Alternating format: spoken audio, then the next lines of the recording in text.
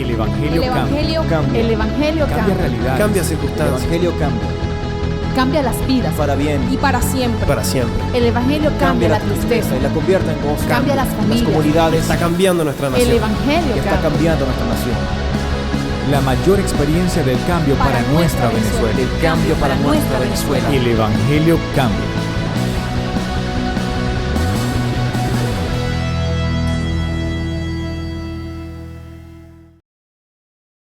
¿Cuántos han recibido un milagro en esta iglesia? Aleluya. Si usted no ha recibido un milagro o su milagro, solamente espere, porque su milagro va a llegar.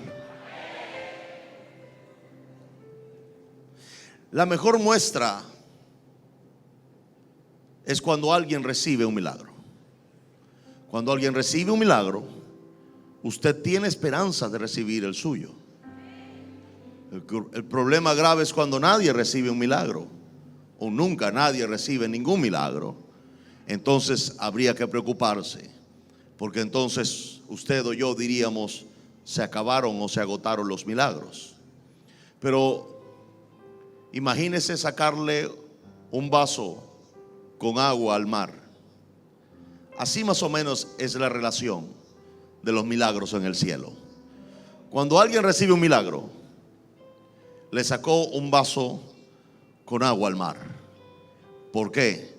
Porque el cielo está lleno de milagros. Y cuando alguien en la tierra recibe uno, no es nada para lo que puede la tierra recibir del cielo. Dios está muy interesado en darle un milagro. Dios está interesado que en esta iglesia se digan: Dios hace ahí milagros. Eso era lo que se decía cuando Jesús caminaba en aquellas calles del Nuevo Testamento. Y la gente decía, cuando Jesús llegaba, algunos llegaron a decir no que llegaba Jesús, sino que los milagros llegaron. Jesús era la representación misma de los milagros del cielo. Y cuando Jesús llegaba a un lugar, la gente no veían solo a Jesús como un personaje de palabras sabias o palabras profundas. La gente veía a Jesús como el cargador de su milagro. Y eso no ha cambiado. Jesús sigue siendo hoy el cargador de tu milagro. Y cuando alguien viene a la iglesia pensando y creyendo que Jesús está en el lugar, cuando alguien pone su fe en Jesús, va a recibir un milagro. Y es una posición bastante, digamos, altiva pensar que Jesús puede sanar, Jesús puede hacer esto y aquello en mi casa. Sí, claro que sí, Él es Dios y Él puede hacerlo cuando quiera y donde quiera. Pero cuando la gente sabía que Jesús estaba en un lugar, lea su Biblia, ellos se movilizaban hasta ese lugar. Ocurrió con Bartimeo, ocurrió con la mujer del flujo de sangre, ocurrió con el hombre que tenía aquella niña enferma, y ocurrió con la mayoría de ellos. Se movieron hasta donde Jesús estaba. Ellos sabían que Jesús podía hacer el milagro. Y este lugar es la casa de Dios. Y invocamos en esta reunión la presencia de Cristo. ¿Por qué? Porque esta es la reunión de los santos en luz. Y hay algo importante: donde hay dos o más reunidos en su nombre, ahí está Él en medio. Jesús está en este lugar. ¿Alguien cree eso conmigo en esta tarde, en esta mañana? Y todos deben saber que Jesús es capaz de hacer tu milagro. No escuché aménes aquí. No nos volvamos escépticos. El hecho de no recibir un milagro no quiere decir que el próximo no venga. El hecho de que alguien reciba un milagro quiere decir que el mío puede venir en el próximo. Y cuando nosotros entendemos estas cosas, tenemos esperanza. Y eso es lo que un cristiano debe tener en su vida: esperanza. Que las cosas que vienen son mejores, que lo que esperas va a llegar, que tu milagro va a suceder. La vida muchas veces quiere hacernos escépticos, quiere volvernos escépticos, quiere hacernos solamente creer en algo como la salvación, que es una de las mayores cosas que creemos. Pero el hecho de que no recibamos en algún momento algunas cosas no quieren decir que no recibamos otras. Así que nosotros no estamos obligados a seleccionar cuál sí, cuál no. Eso es un asunto divino y soberano. Tú y yo debemos creer por cada cosa en la vida. Dios será Dios para darla o no, pero seguirá siendo Dios. Y eso es lo más importante, amados. Un milagro siempre genera fe en otros. Y no fe en el sentido de la palabra, porque lo que induce fe es la palabra. Pero yo no dudo que de la gente que ha leído la palabra y ha oído la palabra tiene fe. Pero cuando se entera que otro recibió un milagro, no tal vez le genera fe, pero sí ánimo a seguir creyendo por ese milagro. ¿Alguien dice amén a eso? Ánimo, dígale al que está a su lado: ánimo, hermano, tu milagro puede ser el próximo.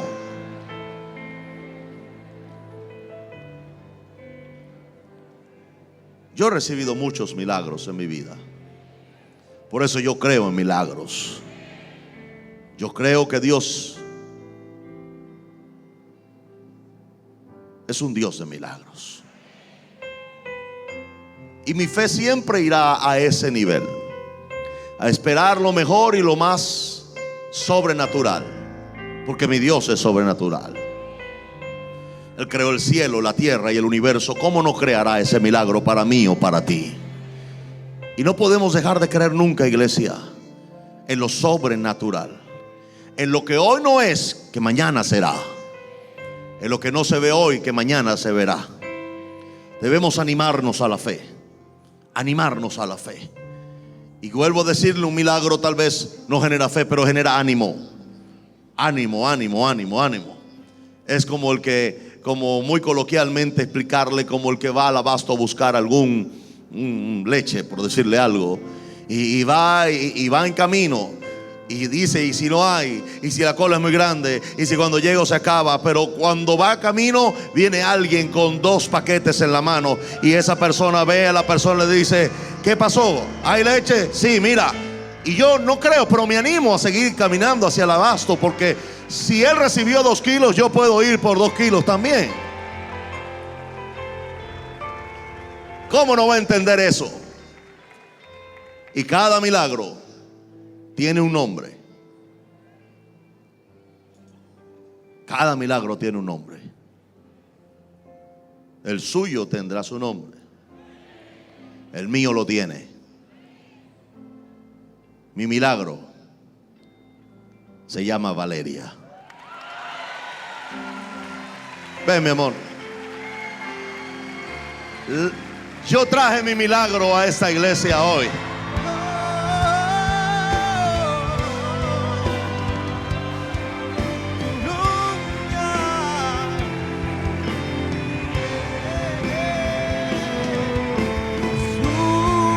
Mi milagro se llama Valeria. Y créame, iglesia, si usted la ve aquí, el próximo puede ser el suyo. ¿Alguien cree eso conmigo en esta mañana? Y yo quiero darle gracias a Dios. La gloria para Él. ¿Quién me puede convencer de que mi Dios no es bueno y grande? Nadie. Por eso seguiré predicando a este Jesús, a todo este país, a toda esta nación, a toda Latinoamérica. Me ha costado pelear.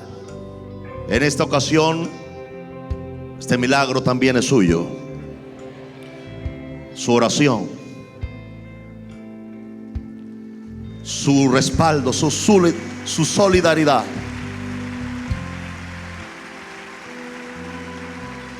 Pablo dijo: porque la oración de ustedes ha resultado en mi liberación.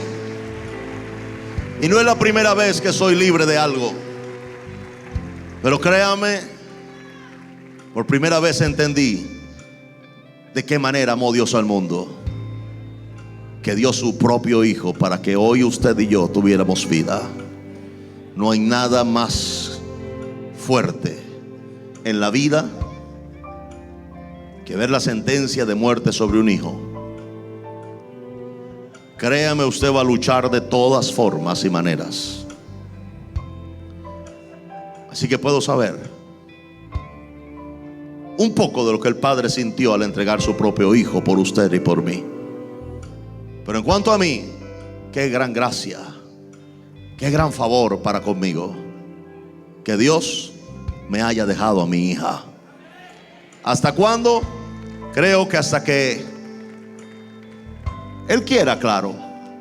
Pero seré yo el que la espere en el cielo. Ese es el orden. Los padres deben irse primero que los hijos. Y esa es la ley de la Biblia. Y el diablo debe ponérsele fronteras para esto. Así que hoy tengo aquí a mi hija y le vine a presentarme el milagro, que es su milagro. Es una niña llena de fe, de vida.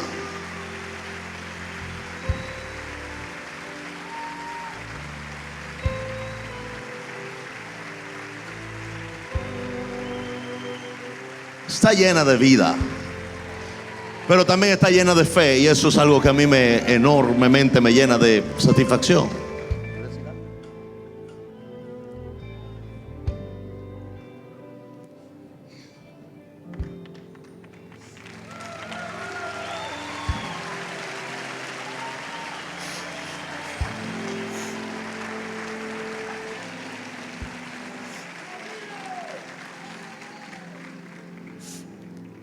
Muchas gracias.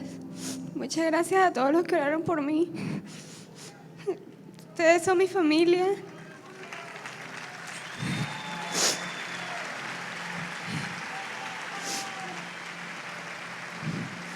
Como la Biblia dice, clama a mí y yo te responderé. Aquí podemos confirmar ese versículo con este milagro. Y muchas gracias, de verdad.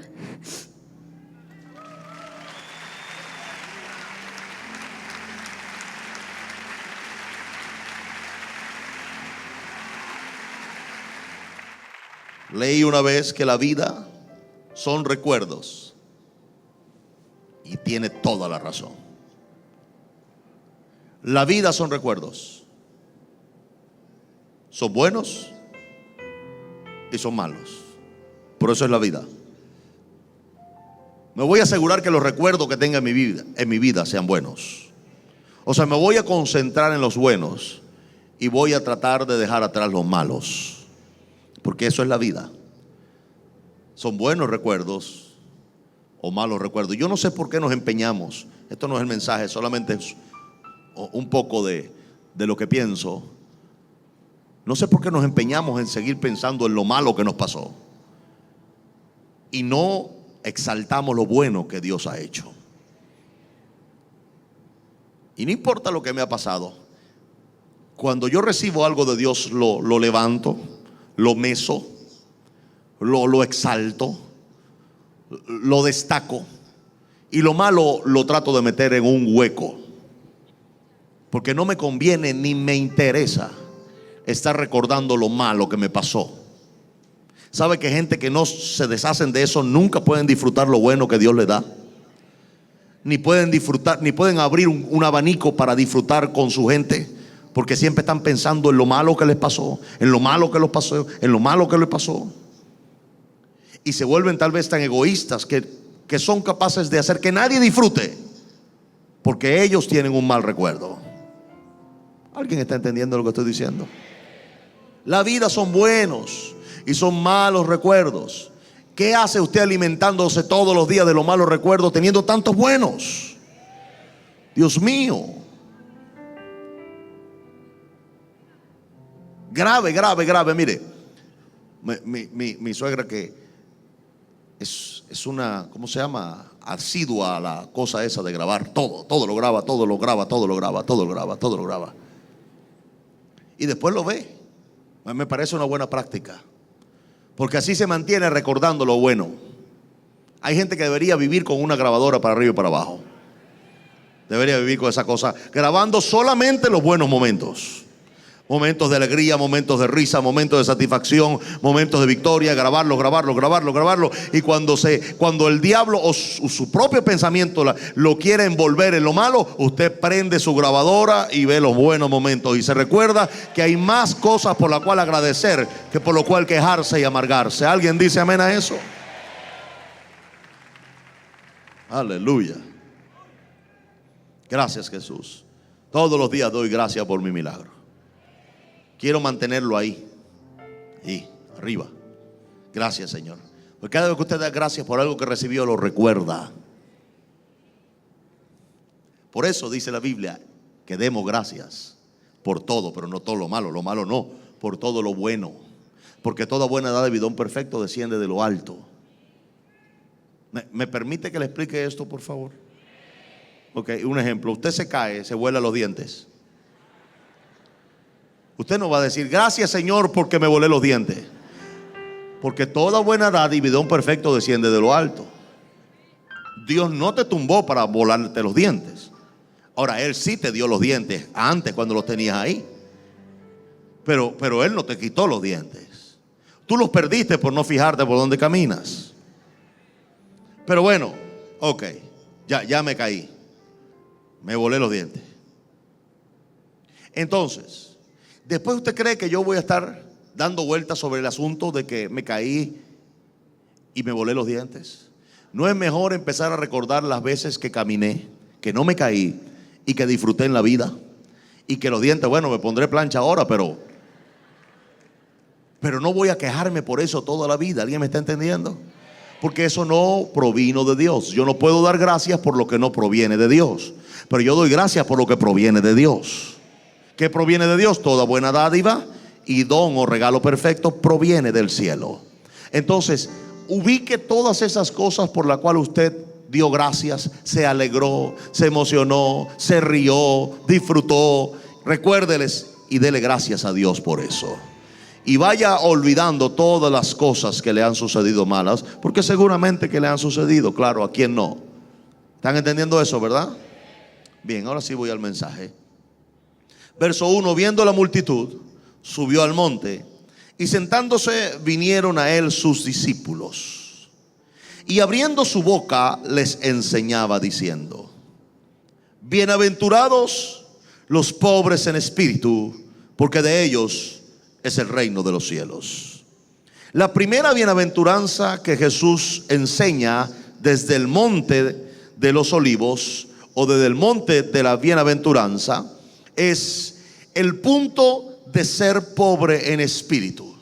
Ahora, este punto ha sido mal interpretado por muchos religiosos y han destacado la pobreza de espíritu como algo negativo. Pero yo le digo algo: si la pobreza de espíritu fuera negativo, entonces Jesús no lo hubiera enseñado.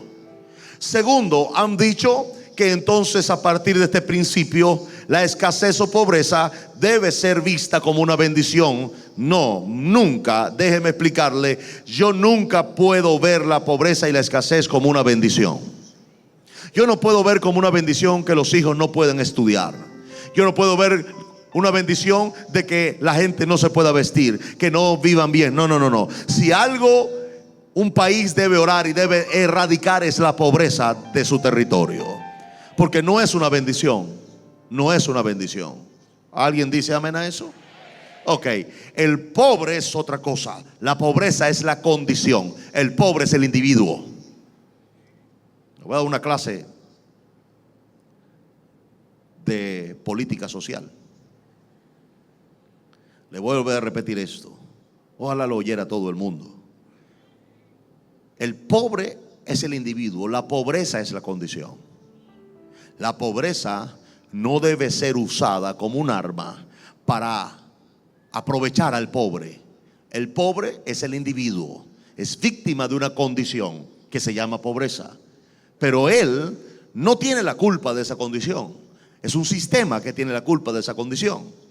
Es una formación tal vez de fe también, porque cuando ellos creen que esa es su condición o esa es su posición, nunca cambia su condición. Entonces ellos empiezan a decir, bueno, soy pobre pero honrado, nosotros los pobres. Entonces el pobre se hace solidario de la condición, cuando no debe ser solidario de la condición. El pobre debe rebelarse contra esa condición y debe decir, no quiero ser más pobre, quiero empezar a cambiar mi condición. ¿Alguien está entendiendo eso?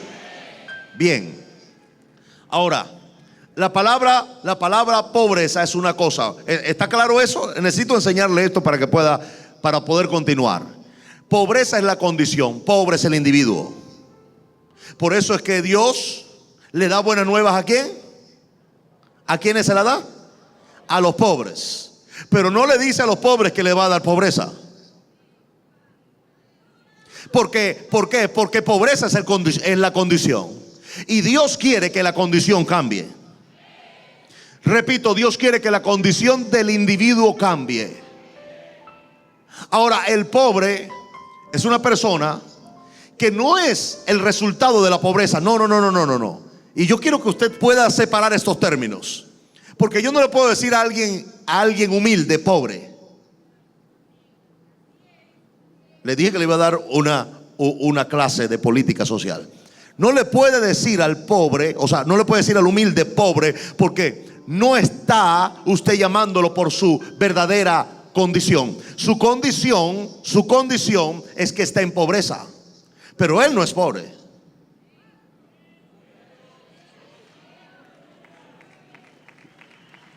Eso debe aprenderlo hoy. Una persona que está en pobreza no es pobre. Puede ser humilde, puede ser desposeído, puede ser de escasos recursos, pero no pobre.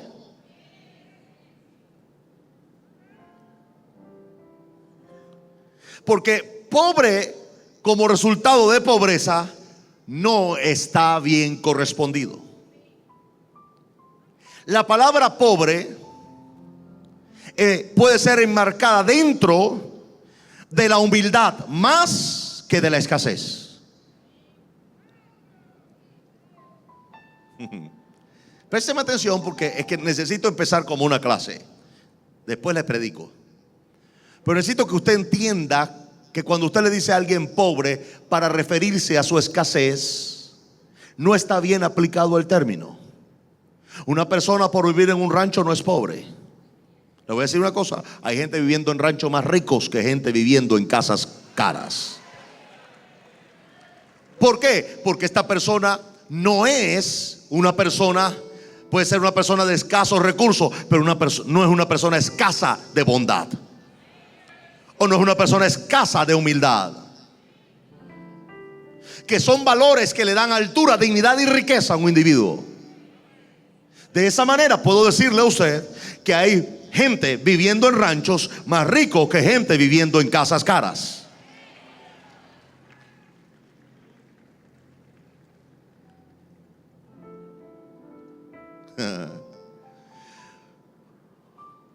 Una persona que vive en un rancho, una persona que no tiene recursos, no es pobre. Puede ser una persona desposeída. Sí, eso sí es un término bien aplicado. Desposeída, carece de bienes y de propiedades o posesiones, pero eso no lo hace ser lo que él puede ser. La condición que me rodea no me hace ser lo que soy, sino yo tendría que negar el principio del cristianismo. ¿Por qué? Porque aunque yo vivo en este mundo, no soy de este mundo. Jesús me enseña a caminar entre el mundo sin contaminarme con el mundo. Igual o de igual manera le puede suceder a alguien que viviendo en un rancho o viviendo en un barrio no se ha contaminado con el mundo. Y esta persona no puede llamársele pobre, se le puede llamar desposeída, pero nunca pobre. ¿Por qué? Porque esa no es una condición, es el individuo. ¿Cuántos me están entendiendo? Ahora, el término pobre no puede ser aplicado, y entiéndame eso, a la escasez de propiedades o de dinero o de casa. No. Eso no debe ser usado de esa manera, porque está mal utilizado. Pobre puede llamársele a alguien que tiene una necesidad que no es de corte material, Aún la palabra pobre en la Biblia está más asociada a la humildad y a la necesidad espiritual que a la física. ¿Cuántos me están entendiendo? Llamarle pobre a una persona que no tiene cosas es el término social en la tierra, porque así se le llama lamentablemente a todo aquel que no tiene lo que tiene el rico. Pero al rico que tiene cosas se le llama rico. ¿Y quién le dijo que una persona es rica por lo que tiene afuera? Yo tendría que invertir, vuelvo a decirle, mis principios cristianos. Porque en la Biblia a la persona rica no es la persona que tiene muchas cosas afuera, sino la persona que tiene principios y valores dentro, porque en Cristo estáis enriquecidos en todos. Y esto habla de la virtud interna de un creyente, y no de lo que tiene afuera, sino de lo que posee adentro. En otro punto yo puedo pensar que hay gente teniendo dinero y son miserables en su alma. Hay gente que vive en casas caras con espíritus y almas miserables.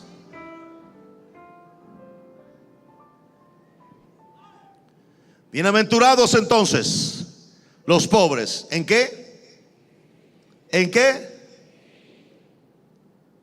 Fíjese bien que el término me hace saber bienaventurados los pobres en espíritu, y el término en el original no tiene que ver, óigame esto, con alguien que no tiene cosas. No. Está hablando en el término espiritual y tiene que ver exactamente con aquel individuo que reconoce su necesidad y no tal vez quien la tiene. No me entendió, pero uno solo allá atrás gritó amén. Le explico, una persona que carece de un valor espiritual y no lo reconoce es un miserable. Una persona que tiene carencia de un valor espiritual y lo reconoce es un pobre. Dios mío, présteme atención porque solamente así me va a entender. Lo que me puede a mí tocar o tomar 3 horas pensándolo en el espíritu, usted lo debe entender en 10 minutos. Eso habla de su enorme capacidad espiritual superior a la mía. Por eso yo catalogo y entro en la línea principal de ser un pobre en espíritu. Sería un miserable si no lo reconociera. Ahora, Jesús se sienta o se para, no lo establece la Biblia, pero se puso a enseñarle a una multitud. Y lo primero que le dice es: bienaventurados los pobres en espíritu, porque de ellos, o sea, la primera bienaventuranza Jesús hace acreedor, propietario en primera línea, a todas aquellas personas que son pobres en espíritu. De inicio Jesús les entrega el reino y los hace propietarios del reino por ser pobres en espíritu. Dice en primera línea que entonces estos son dueños del reino de Dios. Sorprendente, o de los cielos. Si alguien pobre en espíritu es dueño del cielo, yo quiero ser uno de ellos. Yo no sé si alguien quiere ser uno de ellos. Ahora, la palabra bienaventurado es una palabra que trata de comprimir muchos significados. Una de esas traducciones puede decir que el bienaventurado es poderoso. Óigame eso, poderoso para prosperar.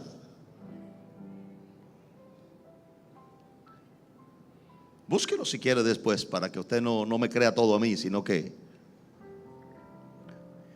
podría yo decir que Jesús se paró en el monte de los olivos y dijo: poderoso para prosperar. aquel que sea pobre en espíritu. Nadie que se cree puede prosperar en la vida, porque la prosperidad que Dios establece en la Biblia no nace en la cuenta bancaria, no nace en la casa cara, no nace en el carro del año, nace en un corazón que está lleno del valor de Cristo. Una persona así es poderosa para prosperar, porque la prosperidad de este hombre o mujer no lo echará a perder. Hay gente que tienen 4 lochas y creen que por eso pueden ofender a todo el que le rodea. O pueden comprar a todo el que le rodea, o pueden ponerle precio a todo el que le rodea. Y lo que dan nunca sale de la compasión ni de la generosidad. Lo que dan siempre nace de un cálculo.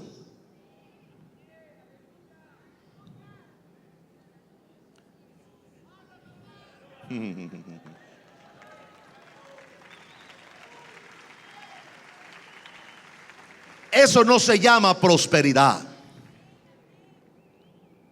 La gente tiene un error al llamarle prosperidad al dinero. El dinero no es prosperidad del todo. El dinero puede ser un resultado de la prosperidad, pero la prosperidad de la cual la Biblia habla es una condición primero interna del individuo. Un corazón rico en bondad, un corazón rico en dádivas, un corazón rico en perdón y en amor, que por consiguiente puede que tenga u obtenga cosas o muchas cosas afuera, pero no necesariamente tiene que ser así. Y esto sí que le va a partir la religión a todos, porque hay algunos que son prósperos, pero hay gente que será próspera y no tendrán mucho dinero. Vivirán cómodos, vivirán holgados, pero no serán adinerados, nunca. Y esa gente pueden ser catalogadas en la misma línea de la prosperidad bíblica. Ahora, nadie se equivoque pensando que el tener cosas en esta tierra es síntoma de prosperidad, porque ese fue el error de la teoría de la prosperidad. Pensar que si alguien no tenía un carro nuevo no era próspero. ¿Quién le dijo a usted que su salvación vale un carro? Tenemos que aclarar esto. Tenemos que aclarar esto, porque si no lo aclaramos, la iglesia seguirá caminando hacia el barranco del materialismo. Es un barranco, el materialismo es un barranco. Hay gente que evalúa todo lo que es por lo que tiene, y si no tienen lo que tienen, no son nada. Es un grave error. Usted y yo tenemos ya a Jesús en el corazón, y eso nos hace ser, no importa que no tengamos afuera, lo que tenemos adentro nos da dignidad, nos da altura, nos da una posición de hijos de Dios que no nos los da las cosas. Aleluya. Poderoso para prosperar el pobre en espíritu. La otra traducción de esta palabra bienaventurado es enormemente bendecido. Enorme, diga conmigo, enorme. Jesús dijo: enormemente bendecidos los pobres en espíritu. Poderosos para prosperar los pobres en espíritu. Y no es lo mismo ser un pobre en espíritu que tener un espíritu pobre. Son dos cosas diferentes. Si el pobre va adelante, siempre será un reconocimiento de humildad. Si el pobre va detrás, es un miserable. ¿Qué diferencia hace? Aquí sí yo no puedo decir que el orden de los factores no altera el producto, aquí sí altera el producto. Si el pobre va adelante, o la palabra pobre va adelante, es un humilde que reconoce su necesidad.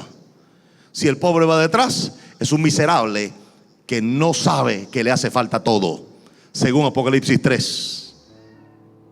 Y yo te digo, dice Dios, que tú eres un desventurado. Léalo. ¿Y por qué Jesús le dice desventurado a esta gente de Apocalipsis 3? Porque dice que tengo esto y nada me hace falta. Una persona que cree que tiene cosas afuera y que por eso se cree algo es un ciego. Miserable porque es pobre, no en espíritu, tiene un espíritu pobre. Tiene un espíritu tan pobre que no ve la realidad del valor de la vida. Dios le dice, pídeme que te pruebe y que te mande cosas difíciles.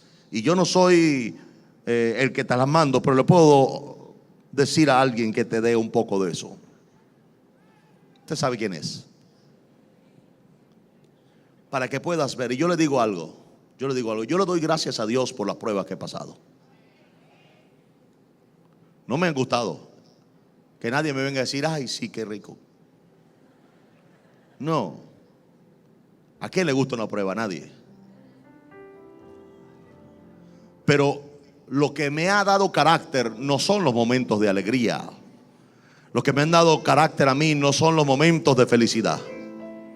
Lo que me ha dado carácter a mí son los momentos más difíciles que he vivido. Y me han dado carácter, entereza espiritual, para mantenerme en una posición firme. Firme. Alguien dice gloria a Dios. El que entra en una prueba jamás será el que sale. Nunca. Siempre saldrá purificado, mejorado, afinado. Entonces, desventurado es el antónimo de bienaventurado. Y ya hay un contraste dramático entre Apocalipsis 3:18 y entre Mateo 5:3. Ahora, es importante que entienda que Jesús quiso exaltar y resaltar la palabra pobre en este contexto. Tiene que ver con humildad y reconocimiento de lo que te hace falta. Cuando yo reconozco mi necesidad delante de Dios, no la oculto, voy delante de Dios y le digo, Señor, ayúdame en mi debilidad. No solamente reconozco mi debilidad, sino que le pido a Dios ayuda en ello. En ese momento yo reconozco que no tengo un espíritu capaz y que por consiguiente necesito y requiero la ayuda del Espíritu Santo. Necesito y requiero la ayuda del cielo. Y necesito y requiero la ayuda de la palabra de Dios. Dios no le puede dar algo a alguien que dice que no lo necesita, pero Dios le da al que pide. ¿Y qué tal que lo que pide no es un carro? ¿Qué tal que lo que pide no es una casa? ¿Qué tal que lo que pide no es una cosa egoísta para tú satisfacerse, sino que lo que tú quieres es ser un instrumento de Dios para bendecir a muchos? Entonces eso se hace alto y digno. Y esa es una persona pobre en espíritu, una persona capaz de reconocer sus errores y arrepentirse delante de Dios. ¿Alguien dice amén? Cuando alguien reconoce su incapacidad y su necesidad, oiga, me reconoce su incapacidad y su necesidad de vivir conectado a Dios constantemente,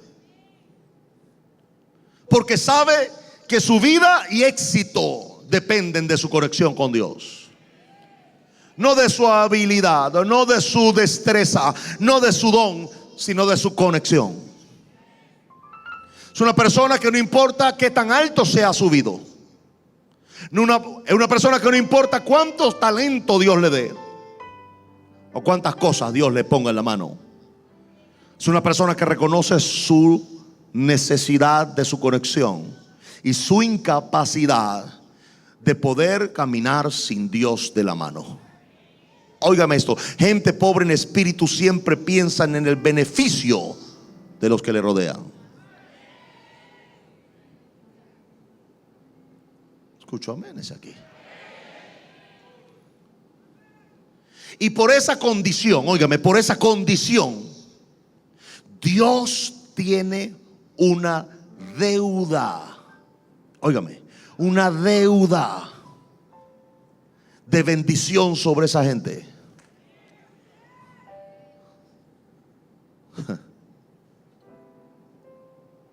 Cada persona que se humilla a sí mismo, reconociendo su necesidad de Dios, reconociendo su incapacidad de poder actuar u operar desconectado con Dios, entra en la línea de ser un pobre en espíritu.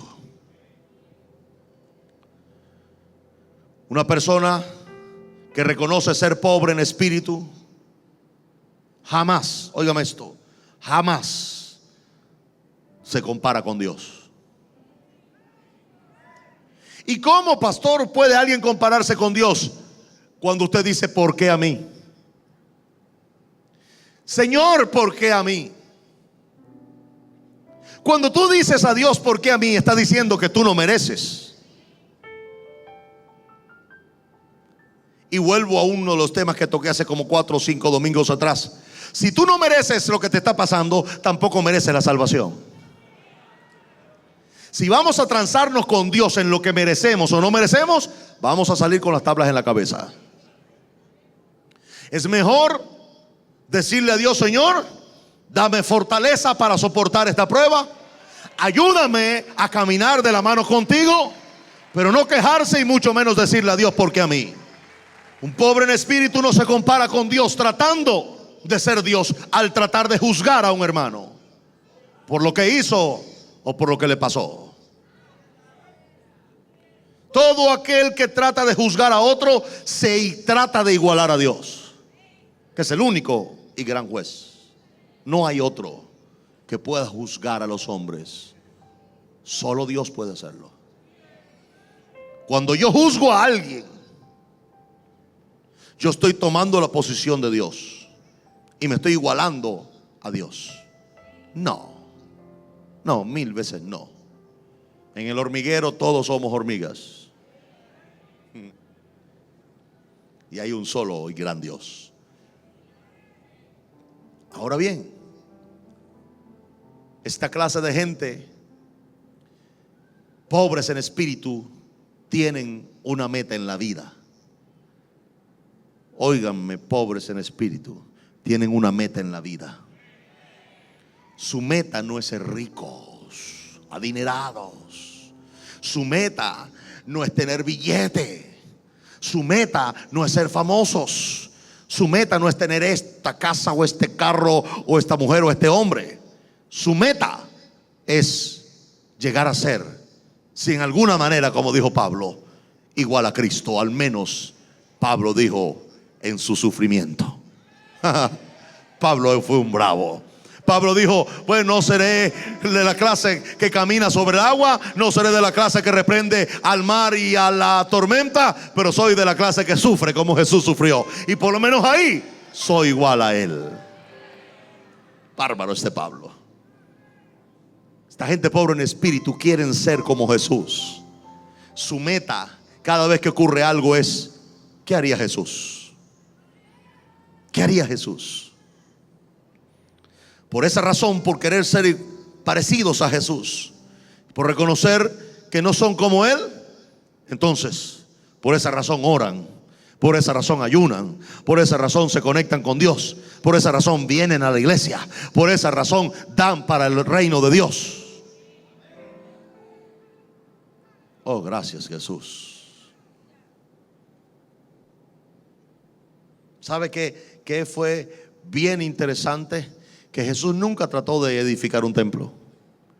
Jesús siempre se plantó en la prioridad de predicar el reino de Dios. ¿Alguien me está entendiendo? El reino de Dios. ¿Quién quiere ser como Jesús?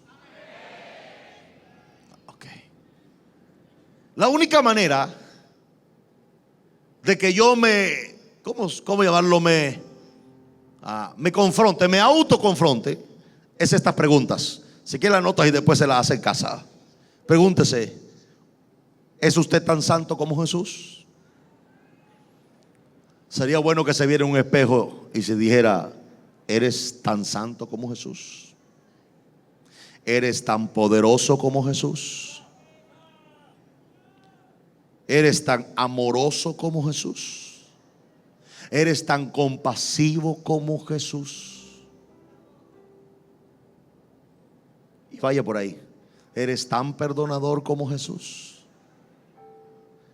Si al hacerse unas 10 usted atina que la respuesta siempre es no, no, no, no, termine de rodillas en su baño.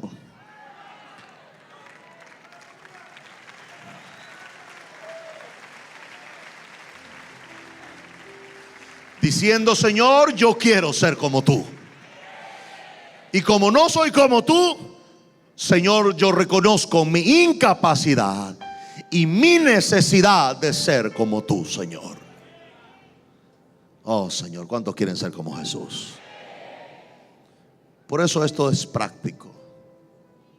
Es práctico, es práctico, es práctico, es práctico. Isaías 57, verso 15. Porque así dijo el alto y sublime. Qué gran nombre. El que habita la eternidad, y cuyo nombre es el Santo.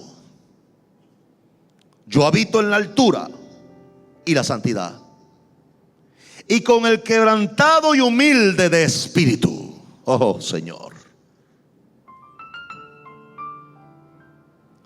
Mire, porque usted tiene que entender esos términos. El que está hablando es el alto y sublime. Él dice que Él habita la eternidad. Él la habita. El original dice que Él llena la eternidad. Él llena la eternidad. Dios es tan grande que la eternidad, que no tiene principio ni fin, es llena por Él. Qué bárbaro. Dios dice: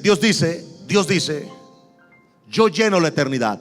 La eternidad es aquello que no tiene principio ni fin, y Dios dice: yo la lleno. ¿Alguien puede imaginarse la grandeza de Dios? Dios es tan grande que Él puede llenar la eternidad. Si Él puede llenar la eternidad, ¿no te llenará a ti? Pregunto, ¿no te llenará a ti? Por eso no tienes que acudir a droga, ni alcohol, ni a nada de eso. El cristiano está lleno, completamente lleno, porque Dios lo habita. Y Dios es capaz de llenar todo vacío en aquel que cree en Él. Dios dice: yo lleno la eternidad. Mi nombre es el Santo. Yo habito en la altura y en la santidad. A esto se refiere al lugar que nadie puede acceder.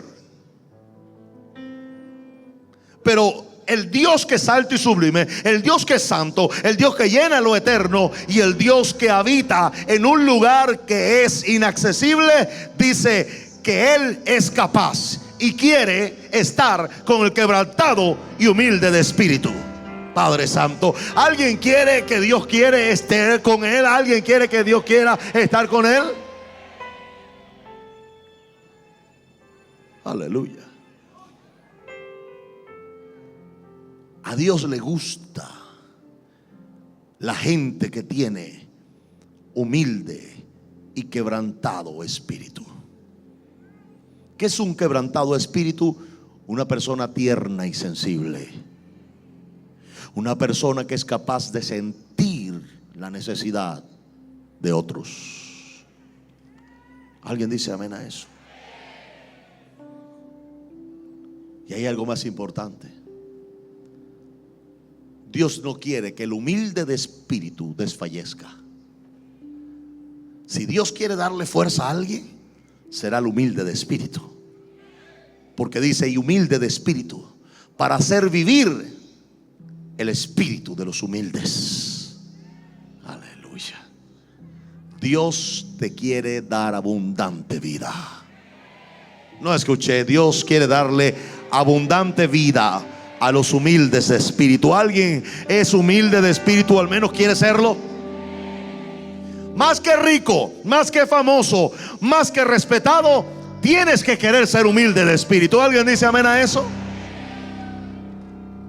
Dios quiere darle vida al de espíritu humilde y quiere vivificar el corazón de los quebrantados. Oh Señor, yo quiero eso. Yo no sé usted, yo quiero eso. ¿Quién es pobre en espíritu? El que ruega a Dios como el mendigo que necesita algo. Aleluya. Aleluya. Como la persona en condición de mendigar. La persona que sabe que depende de la bondad del otro. Él no merece que le des dinero. Tal vez él no está trabajando para tener dinero. Tal vez no trabaja porque se siente incapaz. Tal vez la vida lo ha pateado de una forma tan grande que ha destrozado todo sentimiento de avance o de superación. Es una persona que ha sido destruida en su interior. Sabe que no merece esos 10, esos 20 bolívares o lo que sea. Y por esa razón no te los exige. Por esa razón te extiende la mano con humildad y te los ruega y te dice: ¿me puede dar algo? Él sabe que depende de la bondad del que le da. Así que cuando yo vengo a Dios, no vengo a exigirle como alguien que merece. No. Cuando yo vengo a Dios, vengo en medio de una condición.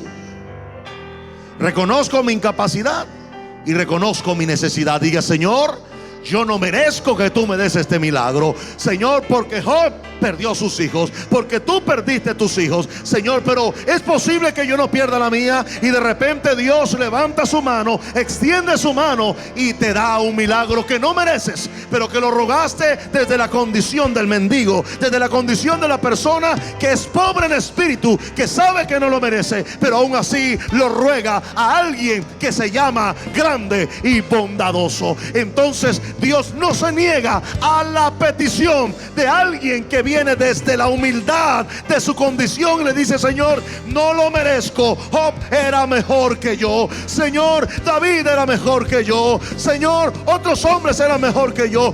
Tú eres el Padre de toda criatura, Señor, pero aún así puedes darme este milagro.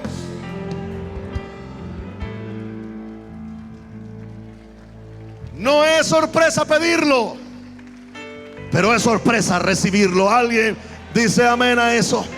Alguien dice amén a eso. ¿Cómo usted no va a alegrarse? Aleluya. Aleluya. Esta semana recibía la noticia de un hombre que recibe su hija secuestrada de 2 meses. Cuando me dieron la noticia, me dieron ganas de llorar por la alegría, por la satisfacción de este milagro. No es mi milagro, es el milagro de otro.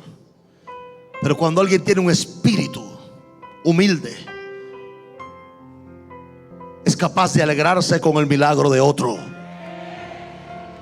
y agradecerle la misma línea a Dios y decirle: Señor, no es mi milagro, pero te doy gracias como si fuera mío, porque estoy feliz de que alguien recibió su milagro.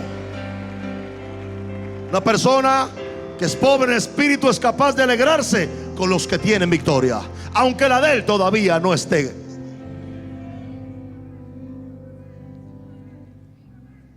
Eso es un pobre en espíritu. Una persona que pide con desesperación desde la posición del necesitado. En el Salmo 34 dice el verso 18: cercano está Jehová a los quebrantados de corazón y salva a los contritos en espíritu. Dios tiene aquí una posición tomada y Dios dice: yo me acerco a los quebrantados de corazón. ¿Le voy a decir algo? ¿Quiere saber cuándo Dios esté más cerca de usted?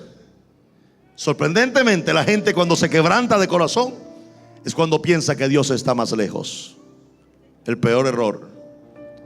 Dios está más cerca cuando alguien está quebrantado de corazón. Pero aún más, Dios va más allá y dice: y yo salvo a los contritos de espíritu. Es decir, Dios promete salvación a los que reconocen que no pueden solos y que necesitan la intervención de Dios. ¿Alguien reconoce que necesita la intervención de Dios? Alguien pobre en espíritu es una persona que tiene un espíritu manejable, moldeable, enseñable, tierno.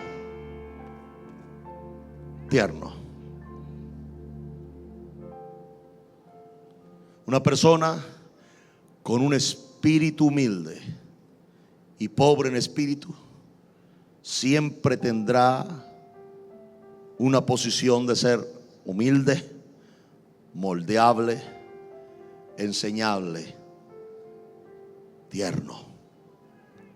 Así que si usted pida algo, no pida: Señor, dame un carro y dame una casa. Claro que si usted lo quiere, Dios se lo va a dar. Pero pida un espíritu enseñable y un corazón corregible, porque Dios salva a esa gente, porque Dios se acerca a esta gente. ¿Quién quiere a Dios cerca? ¿Quién quiere a Dios cerca? ¿Quién quiere a Dios cerca? Dios mío, yo quiero oír la respiración de Dios aquí en la oreja. Cerca. Yo creo que Dios siempre me salve y Dios siempre lo va a hacer. ¿Alguien dice amén a eso? ¿Quién es un pobre en espíritu? Un pobre en espíritu es alguien que desarrolla una adicción por la presencia de Dios. Saben que no hay hombre ni mujer mejor que la presencia de Dios. No, óigame esto, no hay nada en la tierra que pueda sustituir la presencia de Dios en tu vida. ¿Alguien dice amén a eso? Nada ni nadie puede sustituir la presencia de Dios. ¿Quiénes son pobres en espíritu? Estos son los que desean tanto a Jesús que se enamoran perdidamente de Él. Se enamoran tanto que ya no piensan en ellos, piensan en Jesús. Un corazón humilde se enamora de Jesús. ¿Y sabe por qué? Porque uno es como aquel perrito callejero que fue pateado en todas las esquinas, pero de repente una puerta se abrió y salió alguien y le dio comida. Y aquel perrito comió. La puerta luego se trancó, pero el perrito se paró en la puerta. Pasaron días. Aquella persona no le dio comida más en algún tiempo. Entonces pasó otro perro y le dijo a ese perro: ¿qué haces ahí? Le dijo: aquí me dieron comida, pero hace 3 días que ya no como. El perro le dijo: no seas tonto, vete a otro lugar. Y aquel perrito le dijo: no, voy a seguir aquí. Después de 4 días se volvió a abrir la puerta. Le volvió a dar comida. La puerta no se abría todos los días, pero de vez en cuando se abría. Y aquel perrito se enamoró de aquella mano que le daba de comer. Muchos perros vinieron a tratar de convencerlo, pero el perro nunca se fue de esa puerta. Hubo uno que dijo, un día que el mismo que abrió la puerta le dijo, vete de aquí. Y el perrito le dijo, Señor, ¿a dónde iré? Solo tú tienes palabras de vida.